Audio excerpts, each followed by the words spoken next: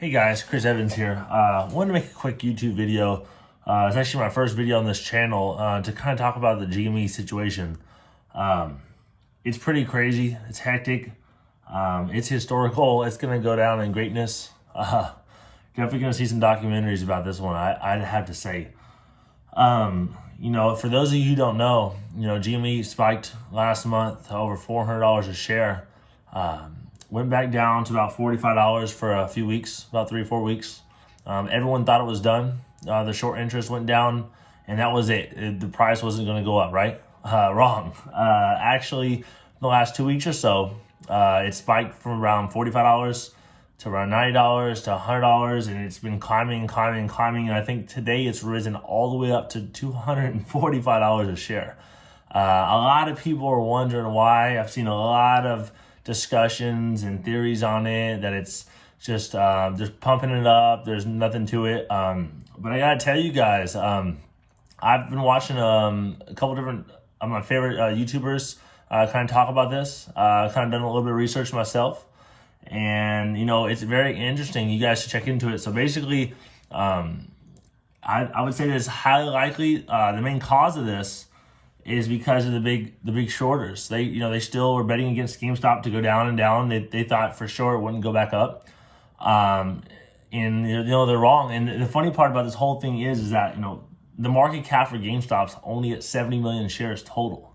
Rumor has it that the management of GameStop has around 20 million or so shares to himself. That only leaves 50 million left out there. But if you look at some of the daily trading logs, over the last week and a half or so, within like a 2-3 day span, there's over 200 to 300 million shares being traded. How is that possible? I've heard that question asked time and time again. How is that possible when only 50 million shares are out there to be traded, and there's only 70 million total in existence for GameStop? So that's a big part of it. I mean, if basically what's happening is the big hedge funds, they're borrowing from the ETFs that actually own what an ETF, just so you know, is a portfolio that owns percentages of various different companies. So it's a way to invest where it's a little less risky, because it has a portfolio of companies. But the gains and losses are going to be less typically too. So what they're doing is they're borrowing from these ETFs, and we're not seeing it, and that's kind of a way that they're basically more shares, it almost seems, are being created than what's in existence for the whole GameStop market cap. To me, what this means is that there's a lot more buyers than there are sellers right now. So, as the buyers are buying and holding, it's going to slowly keep creeping up and increase in price. If you kind of watch it the last week or so, there's some swings and it fluctuates a little bit, but the overall trend's still up. Go down 10, up 20, down 15, up 20. It really slowly has increased, and today it boomed. But it's right now I'm looking at it on StockTwits. I love looking at StockTwits. It's at 238 right now. For those of you wondering how high can it go, I've heard that question asked time and time again. Just so you know, I have a few shares in GameStop myself. Not a big position by any means. I'm kind of an amateur in the stock market. Other than a 401k, which is like an autopilot, right? I haven't really dabbled in the stock market until this year. Really been trying to read some books, study, kind of research kind of how it works, to increase my odds of being on the green and profitable side of everything. Well, I personally think that GameStop's gonna keep going up. How high? I can't say for certain, but I'm thinking it's gonna keep rising steadily over the next week or so. An interesting thing. This is really important. I've heard a couple things here. So typically there's a rule in the SEC, I believe, I was, from what I've heard, that there's a 21-day rule in the past that the big companies the brokerages have to deliver the shares that you're buying or are trading. Well, again, like I just explained, there's more shares being traded than there are in existence. So a lot of these shares, how exactly are they going to deliver these shares if there's more than in existence?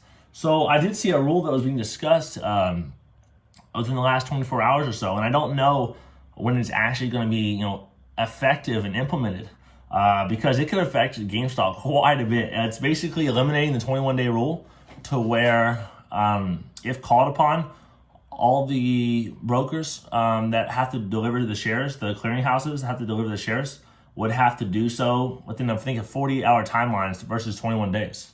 When will this be implemented? I'm not sure on that, to be honest with you. But I can tell you a lot of these options contracts and things out there that were taken and put in, a week or 2 or 3 weeks ago. Oh my gosh, a lot of them are in the money, meaning they're green. They're getting amazing value. They paid cents on the dollar and for shares that are skyrocketed that they can exercise as options now and get these share prices 237, 238 where it's currently at, and they didn't even pay but a fraction of that amount for each share. So just think about all these options that are being exercised, all these extra shares that are being traded that aren't even out there, where they have to buy back in. I mean, it could get pretty wild. I'm hoping to see it steadily climb to get in the 300s and maybe even higher. Who knows? I mean, it could go even way higher than that. I mean, this situation, I don't think that anyone really expected it the first go around. They were focusing on the short interest, which was the main culprit and driver for the first go around, where it reached over $400 a share when it approached 500. But I mean, this time around, it's a little bit different. As people have been kind of studying the situation, the short interest went down as far as we know, the official short interest, but the prices have climbed back up. So I mean, that's gonna tell you something. The momentum for the GME buyers, the retail investors, such as ourselves, the local individuals, man, it's awesome. It's awesome to see. I think a lot of people are going to come out on top on this. You just, of course, making sure, you do sell for profits along the way. But I mean, right now, guys, I mean, it's looking pretty nice in terms of GME going to be higher and raising even higher. I mean, I'm going to keep watching it. I watch it daily. I check it like almost every hour, every day. It's looking good, guys. So I appreciate your time. If you can hit a subscribe button at the bottom, I'd appreciate it. I'd like to discuss some of the future GME directions that it's going, kind of the status of it going forward. And hopefully after this GME situation is done, we all come out winners on this one. This is not financial advice, but I will say, I'm personally, putting my money and my risk on the line. I'm feeling pretty good that it's going to keep going up. You guys do what you want and kind of check it out. But I'm telling you, all I hear every day is it's not worth $10. It's not worth $10. It's at $238. Every time they say that, they're wrong.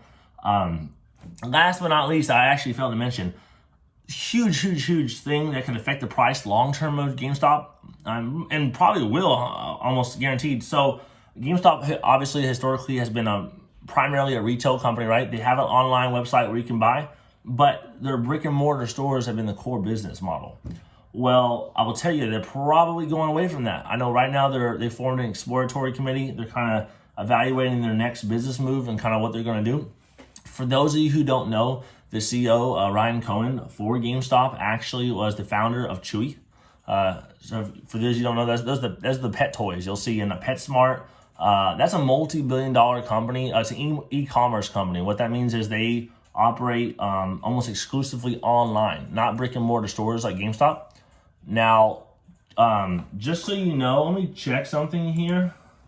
I want to see the price of Chewy.com because from what I was told, and just looked up, they are actually not even profitable yet.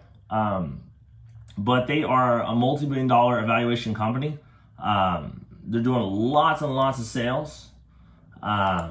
So it's going to be interesting. Usually e-commerce companies have the potential to be valued a lot higher stock price wise than their cousins of the market, the retail stores like GameStop. So with GameStop sales and everything already, just imagine they close their stores.